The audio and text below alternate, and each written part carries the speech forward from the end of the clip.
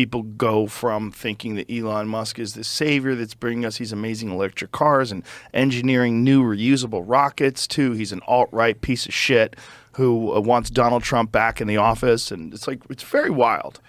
The speed with which they can sort of shuffle somebody into the Hitler of the Month Club routine, right? Like, we've always done this with foreigners, whether it's Noriega or Saddam Hussein or Milosevic or Assad or whatever it is. Like, we have a playbook for cranking out negative information about, foreigners who get in our way for whatever reason. But now we've kind of refined that technique for domestic people who are inconvenient. I think they did it with Trump, obviously. They try to do it with Tucker Carlson, with you. You got a taste of that for a few times. Yeah, it's interesting, right? And then with Elon, he went from being the guy who made electric cars sexy to something to the right of Viktor Orban in like 10 seconds.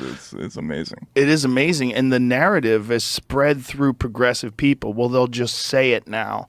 It's like they've reached the memo. The memo's got to them. And then I hear people in LA, I hear people that I know like, oh, Elon's just so crazy. It's like something happened to him. He went nuts and he's a right winger now. Like, how? What are you saying? Like, what examples do you have? Like, they don't have an example. They just have this narrative that reached them to signal.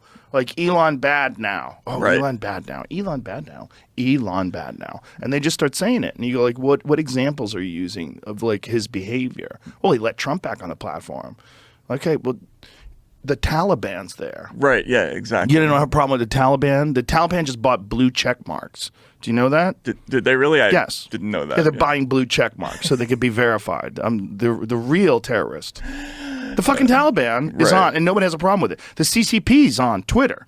Right. Nobody has a problem with it. Right. But they say like Trump, they'll let Trump back on. Look, Trump is hilarious. He's a ridiculous person. But don't you think it's better that his tweets get out there and then a bunch of people get to attack him in the tweets?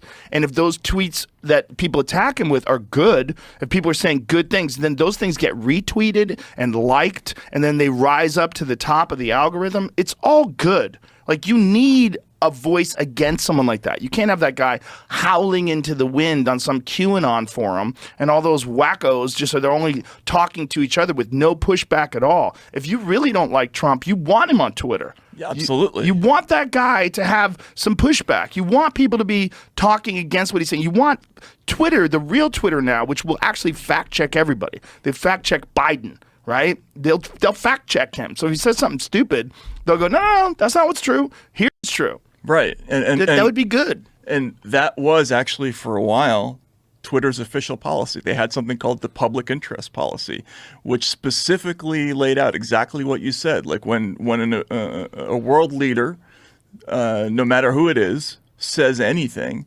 we want it to be out there because we want it to be debated. We want people to see it. We want people to talk about it. We want people to reach conclusions about it.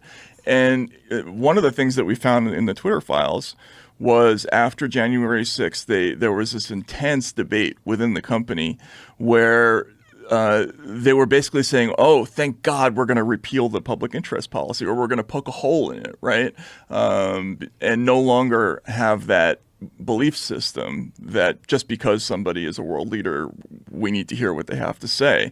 So they invented a new policy called glorification of violence, or they called it that.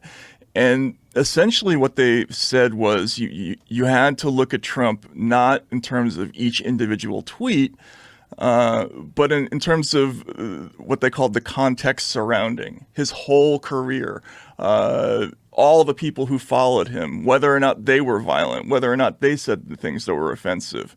It's like the speech version of stochastic terrorism. I don't know if you ever heard that term.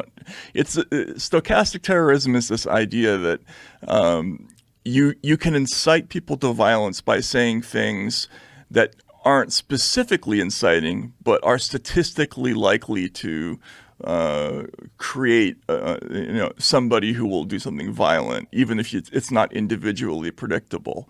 And that's what they did with Trump. They basically invented this concept that, yes, he may not have actually incited violence, but the whole totality of his persona is inciting. So we're going to strike him.